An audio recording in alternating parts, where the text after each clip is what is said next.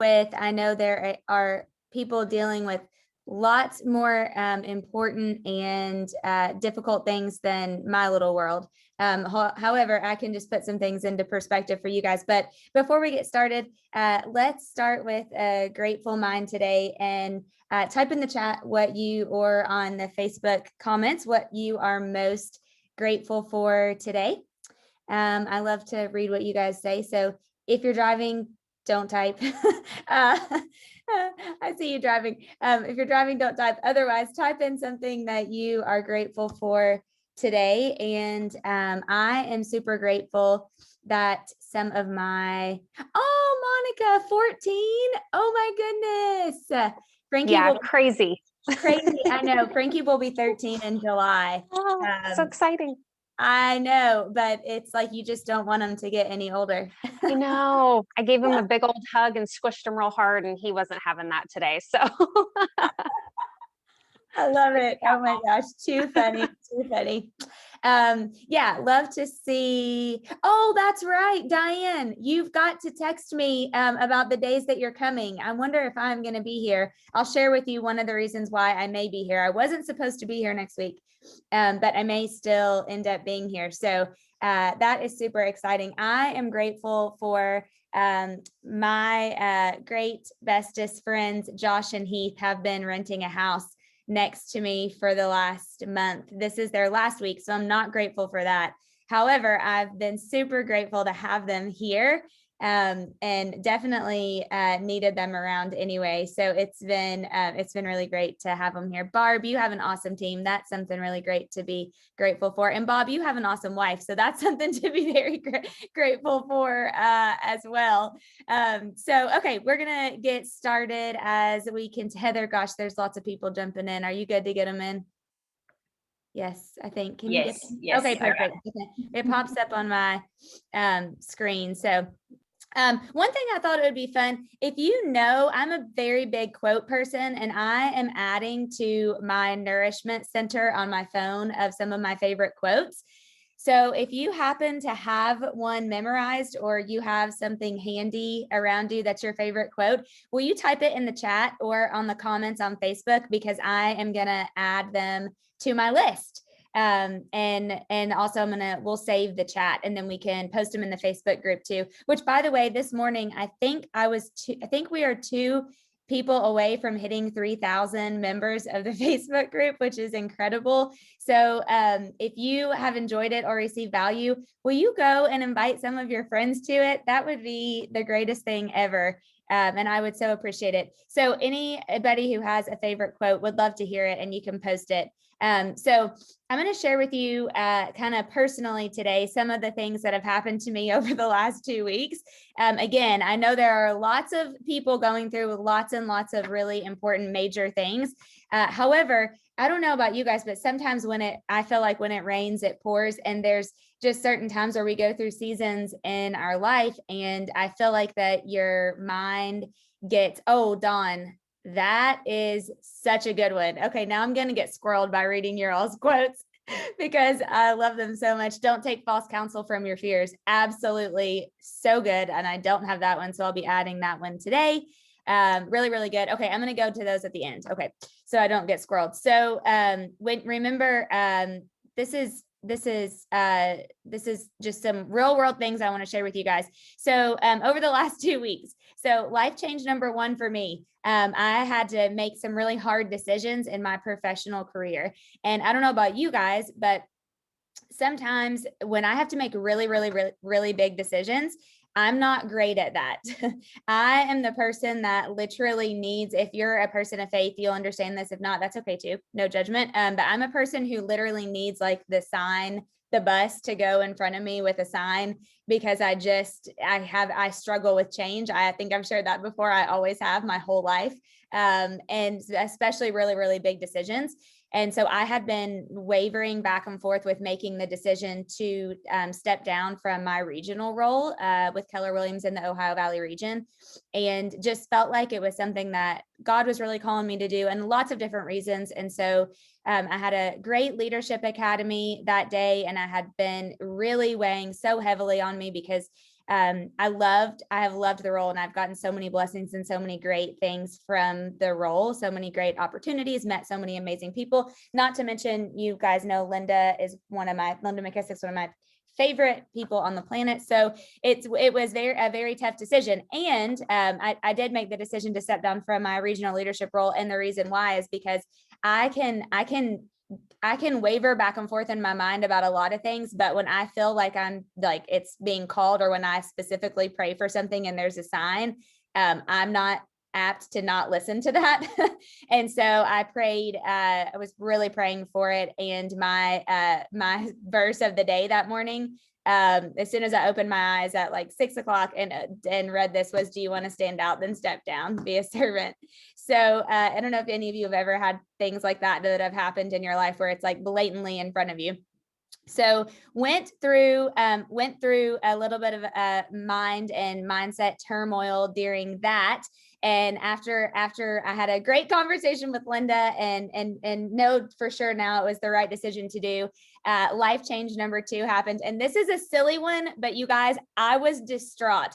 So after that, I said, you know what, I'm going to drive to Tennessee, go to my mom's or my grandparents' house where I grew up. If you're from Tennessee or you've ever been to Tennessee, there's a place called Pal's that, I'm not kidding you, has the best Frenchy fries is what they're called, and sweet tea and burgers that you've ever had in your life. If you're ever passing through East Tennessee, I know Roger knows this. Yes, if you're ever passing through East Tennessee, like Johnson City, Bristol, Kingsport, even Knoxville, I think maybe has one. You have to stop. Dawn, if you ever take not Dawn Oldrich, sorry, the other Dawn, if you ever take a bike trip there, you got to stop, have a Frenchy fry. So I got in the car that night, drove down to Tennessee, stopped at like 9 o'clock, which I never eat this late, much less do I eat carbs that late usually, and got some, had a cheeseburger and a sweet tea and a Frenchy fry, went to my grandparents' house where I grew up in, slept in this little tiny twin bed. I was exhausted. And I woke up didn't bring my phone charger. So woke up the next morning and my phone was dead. So as soon as I woke up, I actually slept in. I couldn't even believe it. I went outside. I was walking around. I was helping my mom doing some stuff. I'd never turned my phone back on. It was a weekend. It was a Saturday morning. So I was like, nah, I'll just mess around and just be calm for a little bit. We got in the car, drove to South Carolina, and just got busy about our day. The next morning, I woke up to this. I broke my streak after 293 days, you guys. I broke this. It totally slipped my mind. My phone was dead. I was out of my normal habitat. I was out of my environment. I was completely I was trying to do a good thing and relax. And I broke my streak on the way of, I know, Monica, you're laughing because I can laugh about it now, but I text Heather. I was like to the point of, I was so mad, you guys. I like couldn't even think the rest of the day. My whole day, Sunday, the 25th, I was in a bad mood. I was like, you have got to be kidding me. I had come so far. And so anyway, I broke my streak. So that just got my mind in a bad mood. So I was like, what is happening with my mindset over this week? So I thought, you know what? Okay, it's a new day. I'm going to start over, which, now this morning I'm on nothing. It just makes me mad to even say it. Day 11. Okay. After 293. So I was like, okay, I'm just going to start over. So I come to Charleston, and I'm super pumped because Adam and I were having a huge Derby party here in Charleston. We didn't get to go to the Derby last year because of COVID. I had friends fly in town. Dawn was one of them. I had tons of people that were here. We've invited our whole neighborhood. We went on a date night and to just refresh, get everything situated. Friday, Adam starts to not feel good. And Saturday morning, the day of the Derby, he is struggling. And I'm like, you're going to the doctor just to make for sure. We're about to have, 50 people at our house. And sure enough, he tests positive for COVID on Saturday. So I'm like, okay, what is happening with my life over these last 2 weeks? So I'm sharing this again, obviously, because there are lots of worse things happening in people's lives. I totally understand than making career changes and missing your Bible app streak and your partner testing positive for COVID. However, I just want you guys to know, because I get messages all the time. How do you stay so positive? How do you have a good mindset every day? I don't, is the answer. And there are some days where we all don't, right? And I think that that's normal, and we wouldn't be human if we weren't like that. And I think sometimes I always remember the quote, people look up to people because of their successes, but they connect with you through your failures and through the real things that happen in your life. And I think that in order for us to collaborate and connect together, we have to be real, and we have to share the things that are real that happen in our life. And even if it is little things or big things or what that looks like, we have to still share. So in full transparency, we're quarantining and I'm about to go nuts. Not even made it 7 days inside yet. Adam was done after day 2. We were like, man, we made it so long without getting COVID. I luckily am healthy as of right now. So I'm in the clear after Friday of this week. So, so far so good. I'm living with Lysol. I normally have it with me. It's sitting on the table right there. We're wearing masks in the house. My mom has been here with us, so that's a whole nother thing. So everyone has their own section in the house, and we have time blocked taking turns working outside on our patio. So it's been very interesting over the last couple of weeks. However, at the end of the day, I want to share with you guys some of the things I've been doing to pull out of it. So the first thing is going back to my nourishment centers. We've talked about that before. John Maxwell taught me about nourishment centers. I have songs on my phone, quotes on my phone, Bible verses on my phone, people. That's why I said I'm so glad Josh and Heath have been here, and Josh's mom Joanne is here too, and she made us biscuits and gravy one morning for breakfast and passed them across the fence so that we could eat. But even just like sitting outside across the yards and talking has been amazing. But remember that your mind is a battlefield, and the battle for your life is always won or lost in your mind. And some of you know, one of my very favorite quotes is bloom where you are planted. I love that quote. I think anytime somebody asks me, how do you get opportunity, or how do you get to be, successful, or what do you do? And I always go back to the quote, bloom where you are planted.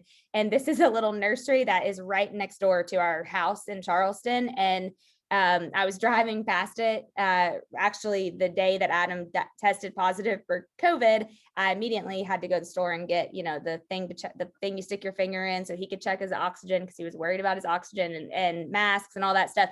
And I pulled out and turned left, drove right by this, and they had just put this up on their sign outside. And I was like, oh my gosh, my favorite quote. And so it immediately got my mind back in a good place. But two thoughts I want you to think about. Who you are today is a result of your thoughts in the past, and who you become in the future will reflect what you think about today. And so really quickly, I want to give you guys a lesson, because I have been going through this over the last couple of days. And I thought, you know what, I'm just going to share this and hopefully it'll resonate with somebody. This is from Winning the War of Your Mind, the Craig Rochelle book. And he talks about doing a thought audit. And even if you haven't had a crazy 2 weeks like I have, this is still a great thing to do. So part number 1 is inventory. You need to go through your normal day and just take stock of your thoughts. He says, write them down, type them into your notes on your phone, record them on your voice memo app, and be honest. Don't lie to yourself about the lies that you tell yourself, which I think is hilarious and great at the same time.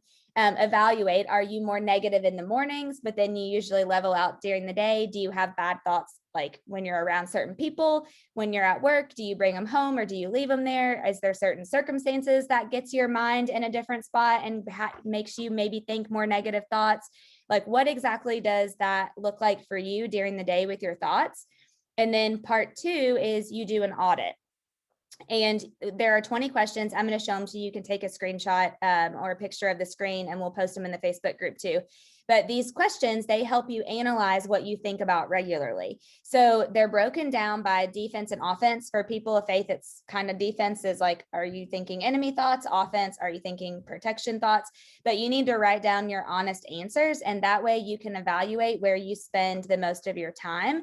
Because what Craig Rochelle always says this, when you actually do this, that's when you can begin to work on real change. And some of you may be like in a period where for several months you've had a negative mindset, or some of you may not have it at all and you're in a great spot right now, and that's super awesome. And you can like tuck this away in your pocket for the day that you do get in a negative mindset, or you can share it with somebody who may be having a negative mindset. But the reason why I wanted to share those the last 2 weeks with you is because no matter how hard we work on stuff like this, things happen, right? It's life, and little or big or really crazy to you may not be crazy to somebody else. Like, you guys may be laughing at my streak, but I am distraught. So there are things that happen that you have to really think about. How are you thinking about them? Because your thoughts control your mind. So here's the list of the 20 questions. The left side are the defense questions. The right side are the offense questions. If you are not a person of faith, there's still tons that you can work through and ask yourself. Just change the verbiage. But defense questions. So, are my thoughts tearing me down? Do I think worried thoughts? Does my self-talk cause me to shrink back in fear? Which that goes actually to the quote that Don Aldrich's posted. And I love that so much because I sometimes can tend to do that. Do my thoughts cause me to keep people at a distance? Are my unhealthy thoughts keeping me from the life that I want? For people of faith, are my unhealthy thoughts keeping me from the life that God wants for me? Are my thoughts negative, toxic, or self-deprecating? Does my inner voice tell me I'm helpless or that life is hopeless? Do I find myself skeptical of others? And do I lean towards imagining the worst case scenario? Then you need to ask yourself the offense questions, right? Are my thoughts building, oh, there must be a word up. I think it should say life. Are my thoughts building my life up?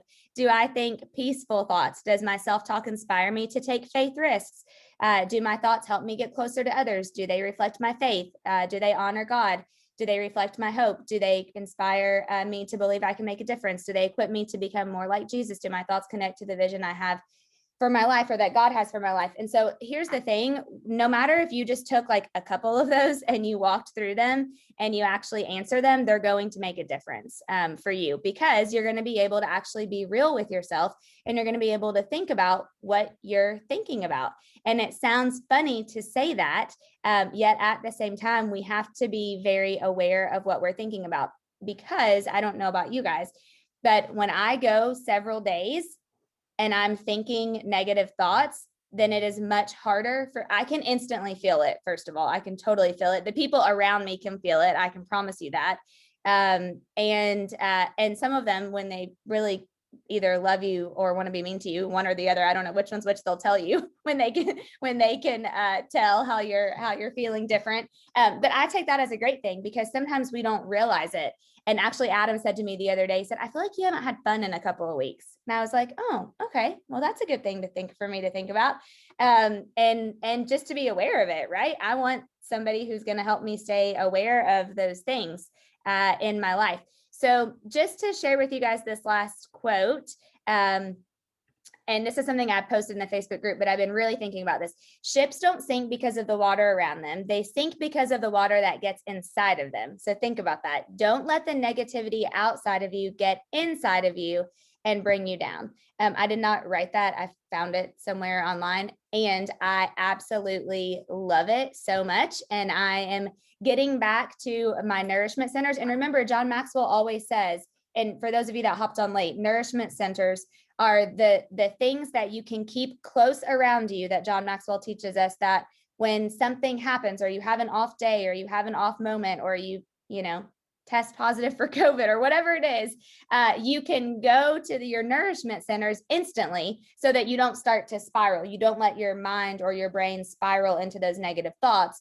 And it can be people, it can be pictures. Oh, I forgot to say pictures earlier, but like I have a whole photo album of favorites, the hearts, like those are my nourishment centers. And I go back and look at those. And then you read quotes or scripture or whatever it is. So you have to think about going back to your nourishment centers.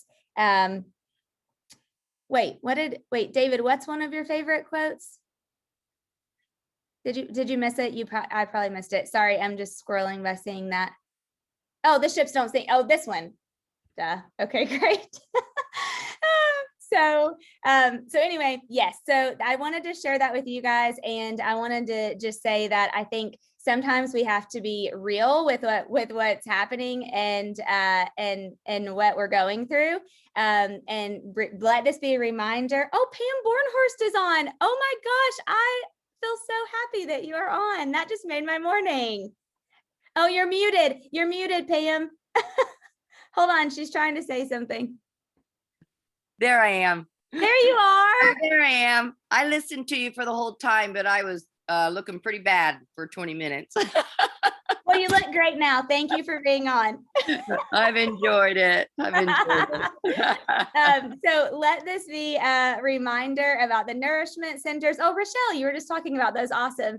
And about knowing that when you can start to feel things build up, usually they come like not just once, but a couple things back to back in your life. At least for me, they do. So being able to really work on your mindset to get out of those things and to stay in a healthy space is a really great thing. So thank you guys so much for letting me share. Thanks for being on. Thanks for being a part of the Facebook group. And I hope that you got some value out of today. Thank you, Dana. Have a great day. Thank you, Sam. Okay. Thank you guys so much. Send me your quotes. Thank you, Dana. Thank you. Send me your quotes. See you guys. Thank you. Love y'all. See ya.